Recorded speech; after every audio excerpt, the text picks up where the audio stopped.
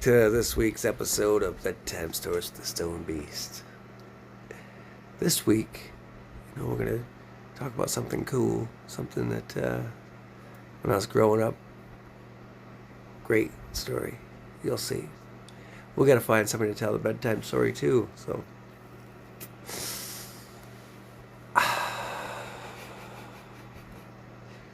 Well, wonder who's going to hear the story this week. Let's find out. Let's go for a walk and see if we can't find someone to tell a bedtime story to. Okay, let's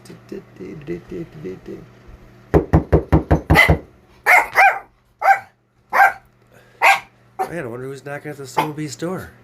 Better go out and see who it is. Listen, calm down there, Cheech. It's the old Mexican Terrier there. I got a little Yo Quiero Taco Bell dog.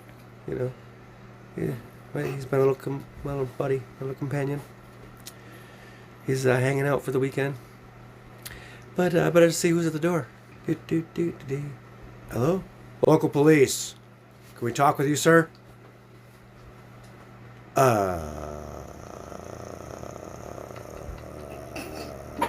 What? Sir, we need to talk with you. About what? They're like, can we just come in? No, you cannot. What do you want? Don't know him. Never heard of that guy before, ever. No. I'm the Stone Beast. Ever never seen any of my videos? Oh. Well, come on in and I'll show you. Let me show you what I do. Sit down on the bed and I'll tell you a bedtime story. Well, this week's bedtime story, Mr. Ossifer, is, I'll tell you about the time that I had 2 puppies when I was growing up. Yeah. My dad used to pick up trash. Well, now he owns his own company, which is cool. But picked up a couple of dogs out of the trash. I think they picked them up from the landfill. And he brought them home. And I think he felt sorry for them. Because their names, when we finally got them to the house and, seeing that they were the ugliest 2 mugs you ever seen in your life, we called them Fang and Trash. Trash and Fang. See, Trash looked like he'd been crawling around in the trash all day and stuck his toes into a light socket. Boof! He was lit right up. His hair's going everywhere. His eyes were bulging. His tongue's hanging out the side of his mouth. And the other dog, his tongue. The Stone Beast is stone.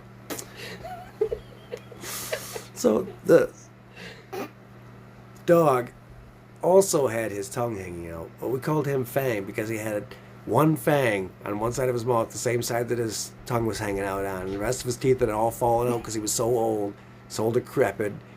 It looked like he had, like he was a diseased dog about ready to die. And he was just a puppy. He was that ugly.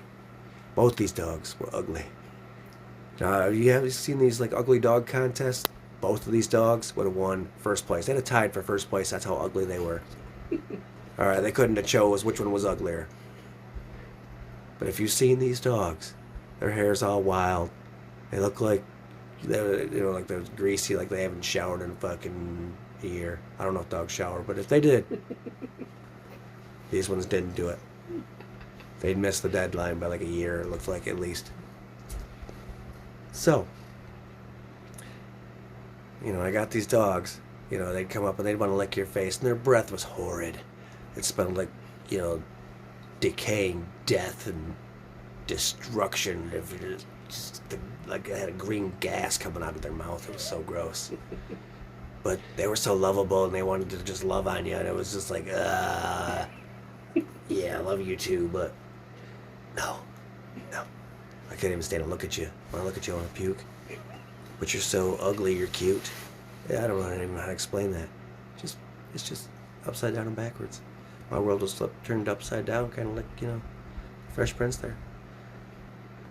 But I got a cute puppy now, and we finally found a name for her. The name was suggested on the old interweb to call her Lily. So that's what we're going to call her.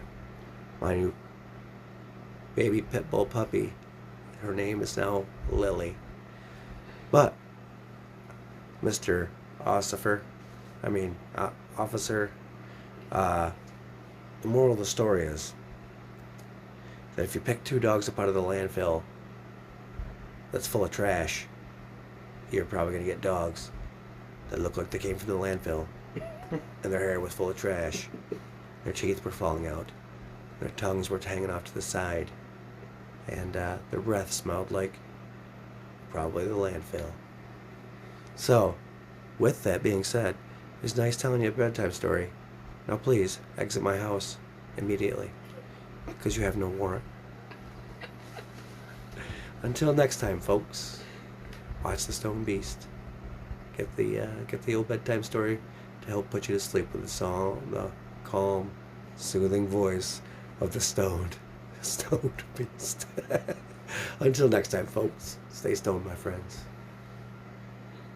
See you next week.